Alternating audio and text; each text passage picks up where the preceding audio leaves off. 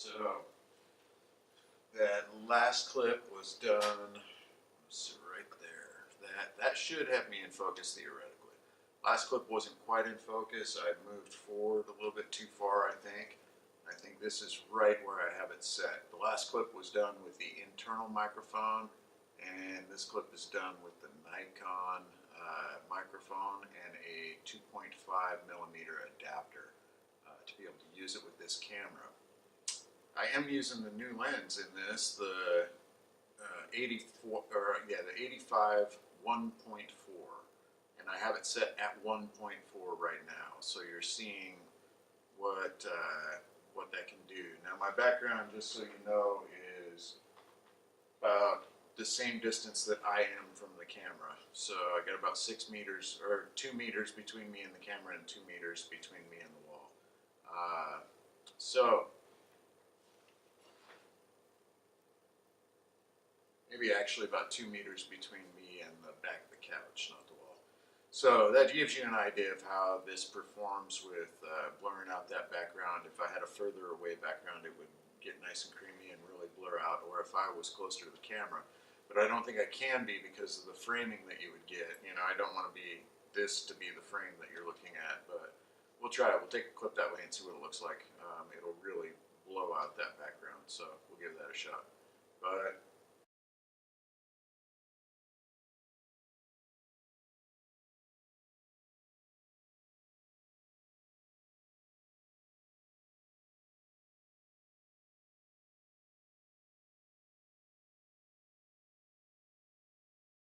okay, so here's just a quick example of some video pulling focus.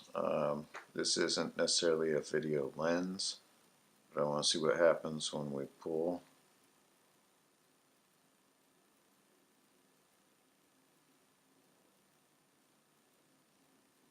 It's really easy to see what you're doing and get right in there.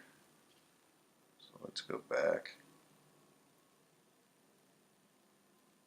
Oh yeah.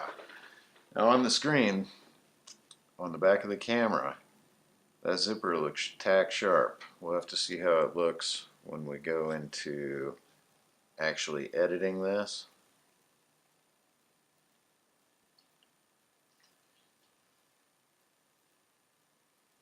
Oh, Mazzy's fur is just, it looks nice and sharp and happy. Now we're doing all this at f1.4 as well, which has given us that massive ability to blur things out. So let's go back into the camera bag. Oops, went the wrong way.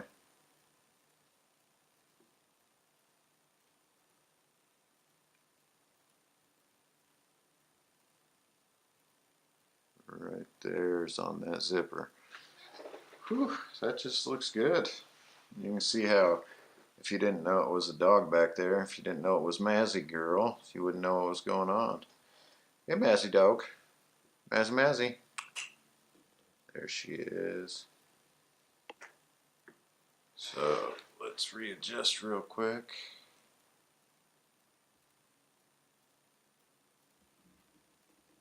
Let's see what it looks like when we go in on Mazzy. Mazzy. So, gotta get my hand in the right place. We got basically nothing on screen.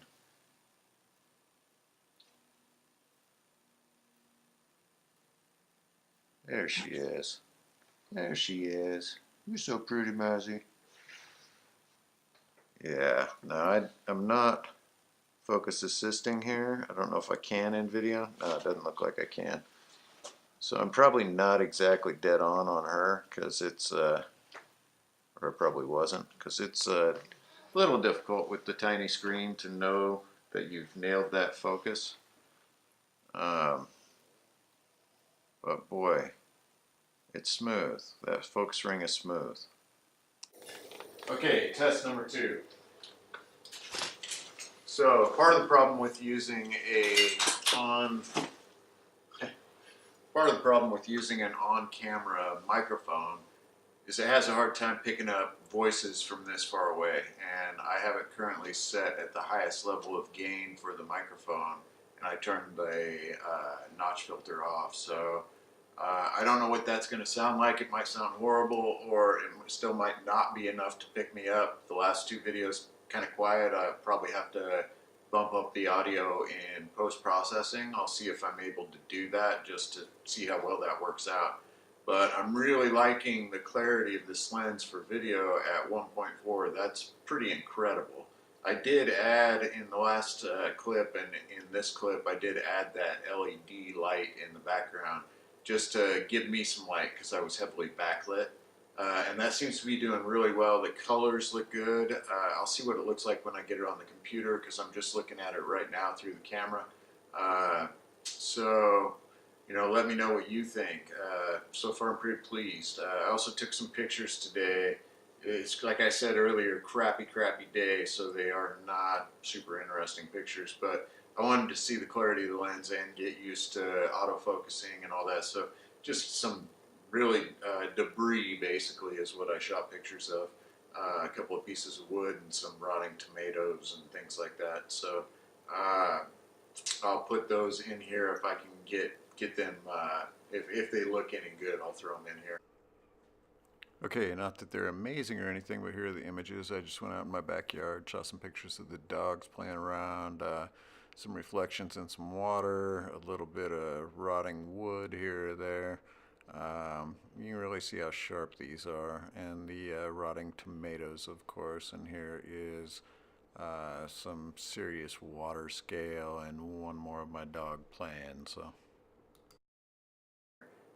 Mainly the interest is just in the color that it's producing and in the focus quality. Everything is shot at 1.4. I didn't really do anything with any distant background, so I haven't played with the bokeh much yet. Well, let's go ahead and talk about that right now, because I did play around with some bokeh a little bit later that night. What I did was I'm walking through the different apertures that are available on this lens from the same position. The plants in the background are a distance of about 6 feet away from the storm shadow figure in the foreground, and the storm shadow figure is as close as the lens will focus. So I can't remember how far away that is, about six feet, something like that. Oh, 3 feet. So the camera is fairly close to the little storm shadow figure, which is why he's so big in the screen. But you can see as we're stopping down with each frame, we're getting more and more of those bokeh balls in the background. The background is just becoming more and more creamy.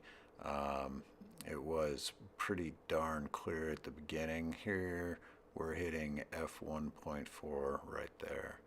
So this is fully the entire f-stop range. So this is f22, and then we'll go back to f1.4 and just talk about this for a minute. Now you'll notice that Storm Shadow is a little bit softer. Of course, it's hard to get that focus nailed. It's probably on his right arm there somewhere, kind of on the bicep. You'll notice his left hand is completely out of focus. That's how shallow the depth of field is. His right leg is pretty focused, and his left foot gets out of focus as it goes to the back of the screen, or to the back of the depth of field. So that's just kind of the way this works. Now you can see for yourself what you think of the differences there.